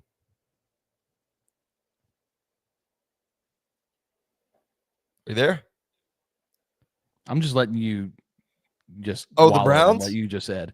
Browns easy. Browns easy. Their defense is so much better than Geno Smith. It doesn't matter who you put out there as quarterback. You could kick 6 field goals and win the game against the Raiders. Like, you can kick probably 3 field goals and win again. You can. I know that because the other scored 10 points. Yeah, Broncos scored 10 points and beat them. The Raiders are bad. They're so bad. They are looking to 2026. They're not looking at this year anymore. I'm taking the Browns. You're just underrating how bad Shaduki is. Myles Garrett he's unreal. He's on another planet. Is disgusting. Yeah, he might have 7 sacks, 8 sacks in this one. I'll go Raiders. They're at home. Wow. Brock Bowers, big game incoming. Troy's going with the Browns. I don't Troy. blame you, I guess, but I know I'm a little more y'all fiery putting a lot of faith in Shaduki. No, it's not Shaduki. Not Shaduki. I have faith in is Myles Garrett, Denzel Ward. Tony Romo said it best. They cut to a highlight during the Chiefs game. Myles Garrett getting his 4th sack. Or no, Jim Nantz said it, and no, it might have been Romo. I can't remember who said it. One of them said it, but they were like, yeah, he might have gotten his 4th sack, but sacks don't equal points, and it doesn't mean anything if he gets 4 sacks and they keep losing. That's true. All right, Jags take on the Jacoby Brissett led Cardinals in Arizona. Yeah, give me the Cards. Ooh, spicy. I like it. Their defense is stingy. I'm going with I'll go with the Jags. There's murmurings that Travis Etienne has a shoulder injury and that Bashal Tutin may be starting this week. Wow. So he had a big game last week. Would be really excited to see him play in this one. But that should be a really fun game. All right, Eagles at Cowboys. Probably one of the better games on the slate. Dak is like 19-1 at home against NFC East opponents the last couple of years or something like that. I was gonna say I'm actually taking the Cowboys here in this one. Wow. Yeah, wow. I think that Philly has some really like serious offensive issues that they can't iron out, and apparently like AJ Brown is like halfway out the door or something. Mm-hmm. I'm gonna take.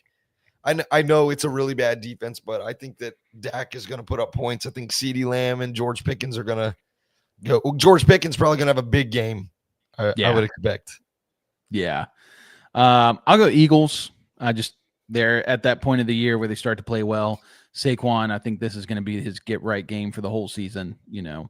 I think they're going to win this game. Yeah. All right. Falcons at Saints. Who you got, Trey? Falcons. Give me the Saints. Captain Kirk. Give me the Saints. Captain Kirk ain't nothing. And I don't think they'll have Drake London either. But the Falcons so D. Give me the Tyler. Darnell Mooney. I don't know. That Falcons D just disappears against the Falcons or against the Panthers. True. Shout out Kendrick. Shout out Kendrick. they I don't know. That was crazy. But yeah, Saints for me. This is probably the best game Sunday night. Buccaneers at Rams. We just broke down the Rams, so everybody will have information on them. Who you got, Trey? Rams. Easy. Stafford is balling. 27 touchdowns, 2 interceptions on the season. I think he's easily he might be getting MVP this year if Jonathan Taylor doesn't get it. I think Jonathan Taylor is more deserving, but yeah, Stafford could get Depends what they do for the rest of the year. I feel like I foresee a Daniel Jones implosion incoming. Yeah, it could be that's Sunday. Just me though. But yeah, I think we both got the Rams in that one. Panthers at 49ers on Monday night. That's a big one. That's a really big one. I feel like every time I pick the Panthers, every time I pick a Panthers game, I'm wrong. It doesn't matter what I pick. It's true. It's very true. I'm like always I'll wrong. go with the Niners to make your decision easier. Yeah, well, I'm going to go with the Niners too and hope that the Panthers win. Okay, well, there we go. Niners get Brock Purdy back. They got all their receiving weapons back, except for Ayuk, who eventually may be coming back. Although this could be another high-scoring game. Bryce Young likes to turn it on at the end of the year. We saw it last week, and I think they want some more of that. So, yeah, give me the Niners, though. Yeah. It's Troy says 49ers, but could be the Panthers. That's going to be a really good game. Might be one we have to break down if the Panthers win. Yeah. Because Panthers will be 7-5. That'd be crazy. 7-5. Crazy. But anyway, all right. So that's all the games we've got for week 12. So shout out to everybody. We went a little over time. I know this game's already started, but we were having too much fun. That's a good one. Yeah, thank you all for being here. If you haven't already, make sure you subscribe to the channel. If you're watching this later on, subscribe, like the video, leave a comment, let us know you saw it. Follow us over there on Twitter, Instagram, TikTok at FanFeed Network. We're active on all 3 of those.